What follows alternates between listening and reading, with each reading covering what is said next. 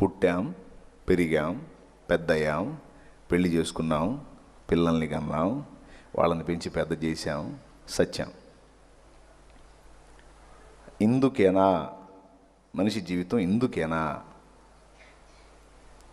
ఎంతమందికి ఈ ప్రశ్న ఉందో నాకైతే తెలియదు, కానీ ప్రతి మనిషి జన్మ ఎత్తిన ప్రతి ఒక్కడు వేసుకోవాల్సిన ప్రశ్న ఇది.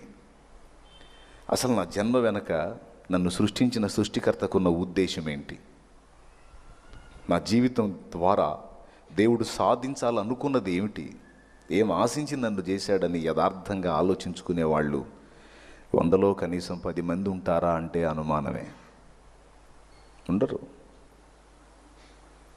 దాదాపు ఒక 5గురన్నా ఉంటారా 100 కంటే అనుమానమే. కనీసం 5గురు వేసుకుంటే 95 మంది తమ జీవితానికి, జన్మకి అర్థం తెలియకుండానే బతికి చచ్చిపోతున్నారు.